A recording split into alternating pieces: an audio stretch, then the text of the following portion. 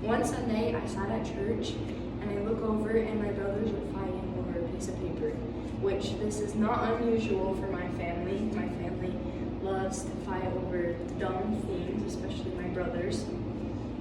They were fighting over a piece of paper and I just tried to ignore them and focus on the lesson that was given. And I hear a smack on the side of my brother's head and my mom's face grows furious and everyone's looking at us wondering what's going on.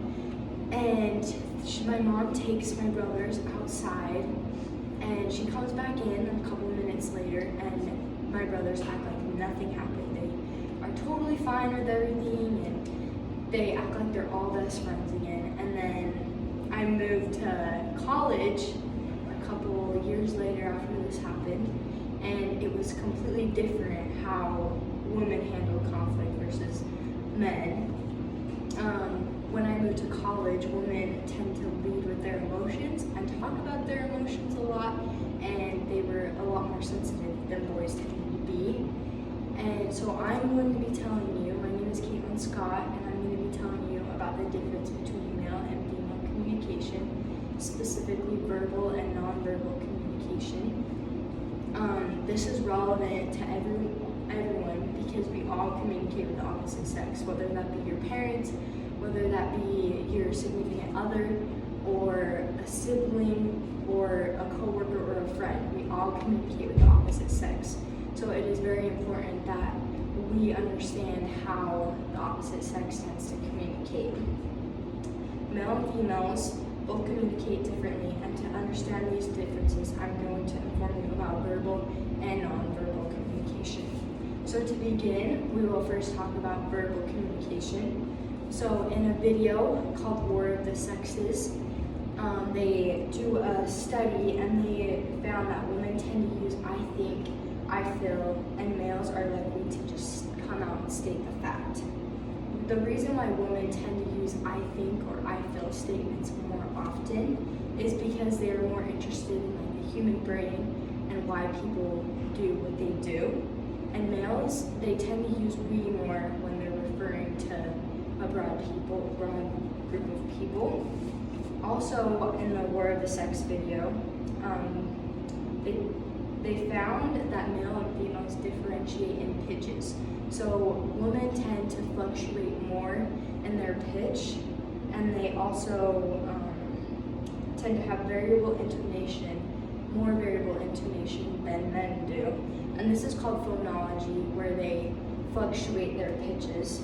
And males tend to speak louder and with less fluency than females. So this is how their language differentiates. In the article written by Jessica Conardo, it's called Male and Female Differences in Communicating Conflict. She says that female communication revolves around the establishment and maintenance of relationships with others. Men's communication style is geared towards accomplishing concrete goals, exertion of control, perseverance of independence, entertaining and enhancing status. So these are vastly different in the way that men and women tend to communicate. Women also, when they're offering emotional support, they tend to empathize and show a lot of interest in the way the person's feeling, and this often leaves the man feeling overwhelmed and he'll actually withdraw a lot of times. But men, the way they offer emotional support is they relate with people through past experiences, when a lot of times women just want sympathy. And also women maintain their relationship through talking about their relationship, but men tend to only talk about their relationship when a conflict arises.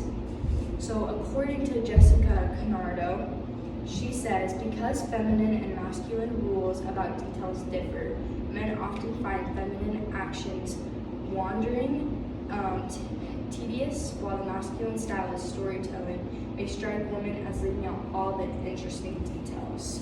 So as you can see, they think a lot differently in the way that they communicate. Our next point is nonverbal, how men and women nonverbal communication is. This is an important part of communication that often gets overlooked by a lot of people, and goes far beyond just verbal aspects, and we do this subconsciously. So an article called Symbolic Segregation, Similarities and Differences in the Language and Nonverbal Communication of Women and Men by Cynthia Epstein. She found that women actually tend to maintain eye contact for longer, and women also tend to approach closer, and women are more sensitive to nonverbal cues, so they'll pick up on those nonverbal cues a lot quicker. Men tend to take up space and are loud with their body movements, and women tend to like to be as small as possible. So like an example of this is when a girl is sitting, she will cross her leg. Differences in facial expressions also exist in men and women. Men tend to use less facial expressions than women, and women actually tend to smile more often than men do, which I thought that was interesting. And then they also pick up on facial expressions quicker, and they also differentiate in touch. So a male can detect an anger touch a lot quicker than a female can, and they tend to express anger touches more, just like roughhousing with their brothers or whatever that anger touch may be. And then women show more compassion and loving touches. And there's a theory, the evolutionary theory. This is thought by Jason Marsh. He says, they speculate that successfully communicating compassion might be skewed toward women since, according to evolutionary theory, women throughout human history have taken on a disproportionate amount of the caretaking of their offspring. Indeed, other research has found that women experience more compassion than men do.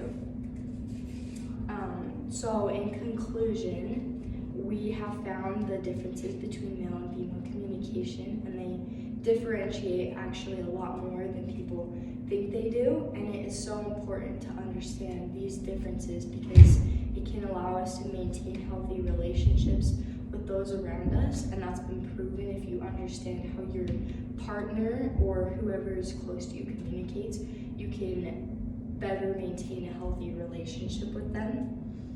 So in summary, there is a book. It is called Men Are From Mars and Women Are From Venus, and if you're interested in male and female communication, this is a great book to read, and it's a great book to read if you're in any relationship. And the quote that John Gray says is, men mistakenly expect women to think, communicate, and react the way men do. Women mistakenly expect men to feel, communicate, and respond the way women do. We have forgotten men and women are supposed to be different. So I feel that we should accept these differences and we should understand these differences, and I hope that I was able to clear up any misunderstandings you have about male and female communication, and you have a new understanding of that. So let me know if you have any questions.